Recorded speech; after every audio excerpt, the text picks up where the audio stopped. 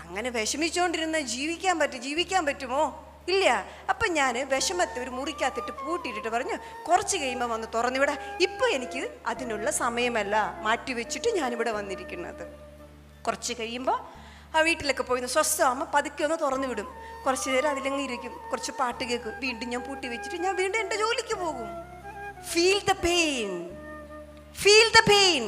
Pain അനുഭവിച്ചോ, ആ വേദനയ്ക്കകത്ത് കിടക്കരുത്. വേദന എല്ലാവർക്കും ഉണ്ടോ, കുറച്ച് കരഞ്ഞു തീർത്തേക്കണം, കുറച്ച് നിലവിളിച്ച് തീർത്തേക്കണം. എന്നിട്ട് ആരെങ്കിലും കണ്ണീര് തുടയ്ക്കാൻ വരുമെന്ന് വിചാരിച്ച് അതിമോഹം വേണ്ട. കാത്തിരിക്കേണ്ട ആരും വരില്ല. അങ്ങനെ കാത്തിരിക്കുമ്പോൾ ആരും വരുമെന്ന് വിചാരിച്ചാണ് നിങ്ങൾ വാട്സപ്പ് ചാറ്റിലോട്ട് പോകുന്നത്, രാത്രിയിൽ ഓരോരുത്തർ വിളിക്കുമ്പോൾ പോകുന്നത്, ഫ്രണ്ട്സിനെ തേടി പോകുന്നത്, കോഫി ഷോപ്പിൽ തേടി പോകുന്നത്. ഒരു പക്ഷേ നിങ്ങൾ ആഗ്രഹിക്കുന്ന ഒരു കണ്ണീര് തുടപ്പും അവിടെ നിന്ന് കിട്ടില്ല, ഒരു ആശ്വാസവും അവരിൽ നിന്ന് കിട്ടത്തില്ല. They will utilize you. നിങ്ങളെ യൂട്ടിലൈസ് ചെയ്തിട്ട് അവരവരുടെ പാട്ടിന് പോകും.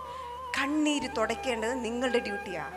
സ്ത്രീകളെന്ന് പറഞ്ഞു കഴിഞ്ഞാൽ ഭയങ്കര ടാലൻറ്റഡാ.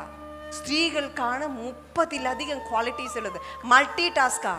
ഒരേ സമയത്ത് 5 കാര്യങ്ങൾ ചെയ്യാൻ പറ്റും. ക്ഷമിക്കാൻ, മറക്കാൻ, പൊറുക്കാൻ, സഹിക്കാൻ, കോർഡിനേറ്റ് ചെയ്യാൻ, ഓർഗനൈസ് ചെയ്യാൻ, എന്തും അഡ്മിനിസ്ട്രേഷൻ, എല്ലാ പവറും സ്ത്രീകൾക്കാ. ആ സ്ത്രീ കരഞ്ഞുകൊണ്ടിരിക്കണോ? എൻ്റെ അപ്പൻ പഠിപ്പിച്ചില്ല എന്ന് പറഞ്ഞ് കരഞ്ഞുകൊണ്ടിരിക്കണോ? എനിക്ക് ഇങ്ങനത്തെ സാഹചര്യമായി പോയി എന്ന് കരഞ്ഞുകൊണ്ടിരിക്കണോ? ബ്രേക്കപ്പായി എന്ന് പറഞ്ഞ് കരഞ്ഞുകൊണ്ടിരിക്കണോ? അവൻ ചീറ്റ് ചെയ്തെന്ന് പറഞ്ഞ് കരഞ്ഞുകൊണ്ടിരിക്കണോ? എന്നെ അവൻ സെക്ഷലി അബ്യൂസ് ചെയ്തെന്ന് പറഞ്ഞ് കരഞ്ഞുകൊണ്ടിരിക്കണോ? എന്നെ എൻ്റെ അപ്പൻ ചീത്ത കൊടുത്തെന്ന് പറഞ്ഞ് കരഞ്ഞുകൊണ്ടിരിക്കണോ? അമ്മയ്ക്ക് എന്നെ വേണ്ടെന്ന് പറഞ്ഞ് കരഞ്ഞുകൊണ്ടിരിക്കണോ? എൻ്റെ അപ്പനും അമ്മയും ഡിവോഴ്സായി, ഞാൻ സിംഗിൾ പേരൻ്റ് ആണ് എനിക്കുള്ളതെന്ന് പറഞ്ഞ് കരഞ്ഞുകൊണ്ടിരിക്കണോ? ചവറ് കേസ് വിട്ടുകളയെ. നിങ്ങളുടെ സ്വപ്നങ്ങൾ ചേച്ചി കരഞ്ഞുകൊണ്ടിരുന്ന എത്ര നാൾ നിങ്ങൾ കരഞ്ഞുകൊണ്ടിരിക്കുന്നേ? ജനിച്ചപ്പം മുതൽ മരണം വരെയും കരഞ്ഞോണ്ടിരിക്കും.